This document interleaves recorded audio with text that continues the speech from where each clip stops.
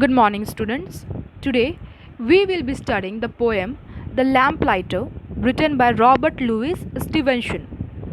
A lamplighter is a person employed to light and maintain candle or gas street lights. Lamplighter उस इंसान को बोलते हैं जिसकी जॉब क्या होती है, स्ट्रीट लाइट्स को मेंटेन करना, उनकी देख रेख करना. This poem describes the wish of a young child to follow a lamplighter into the same profession. ये पोएम एक बच्चे के विश के बारे में है जो कि बड़ा होकर के एक लैम्पलाइटर बनना चाहता है. So let's read the poem and understand why the child wished to be a lamplighter. Let's start. My tea is nearly ready and the sun has left the sky. It's time to take the window to see Leary going by. For every night at tea time and before you take up your seat, with lantern and with ladder he comes posting up the street. इस paragraph में poet उस बच्चे के wish के बारे में बताते हैं जो कि रोज़ एक लैम्प लाइटर को अपने घर के पास से गुजरते हुए देखता है और बड़े होकर उसके जैसा बनना चाहता है. हर दिन सनसेट के बाद जब शाम की चाय का वक्त होता था तो वो बच्चा विंडो के पास आकर बैठ जाता और लीरी, जो कि लैम्प लाइटर का नाम था, उसके अपने घर के पास से गुजरने का वेट करता, क्योंकि लीरी हर रात को उसके स्ट्रीट से लैडर अपने हाथ में लैडर और लैंटर्न लेकर के गुजरता था. Next. Now Tom would be a driver and Maria go to sea and my papa's banker and as rich as he can be. But I, when I'm stronger and can choose what I'm to do, oh Leary, I'll go round at night and light the lamps with you. The child says that उसका जो friend Tom है वो बड़ा होकर driver बनना चाहता है और उसकी फ्रेंड मारिया बड़ी होकर एक सेलर बनना चाहती है. उसके पापा भी एक बहुत बड़े बैंकर हैं और बहुत रिच है.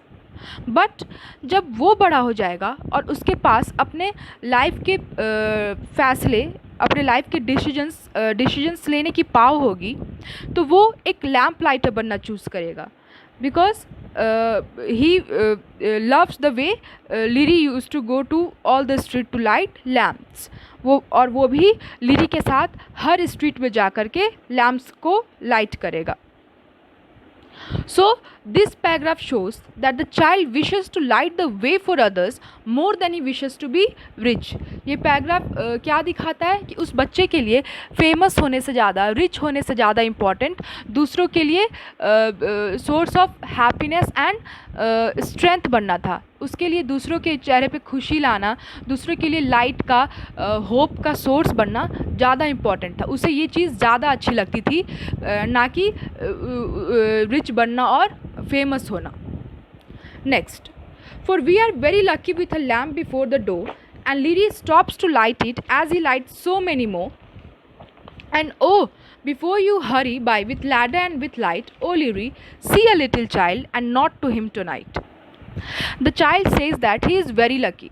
वो बच्चा अपने आप को बहुत लकी समझता है क्योंकि उसके घर के बाहर एक लैम्प है जिसे जलाने लीरी रोज़ आता है और उस बच्चे की बस इतनी सी विश है कि लीरी एक बार उसकी तरफ देख करके अपना सर हिला दे. So basically, in this paragraph, the poet tells that just like the lamplighter was the source of happiness, hope and positivity for the child, similarly we all should try to be source of happiness, strength and light for each other.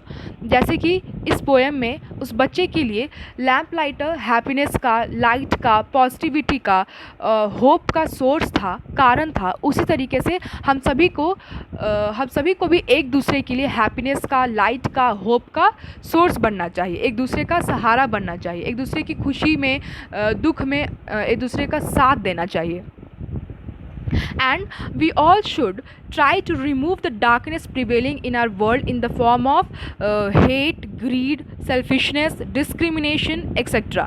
और हम सभी को इस दुनिया में जो अंधकार फैला हुआ है, नफ़रत, स्वार्थ, लालच और भेदभाव के रूप में, उसे दूर करना चाहिए. And how can we do this?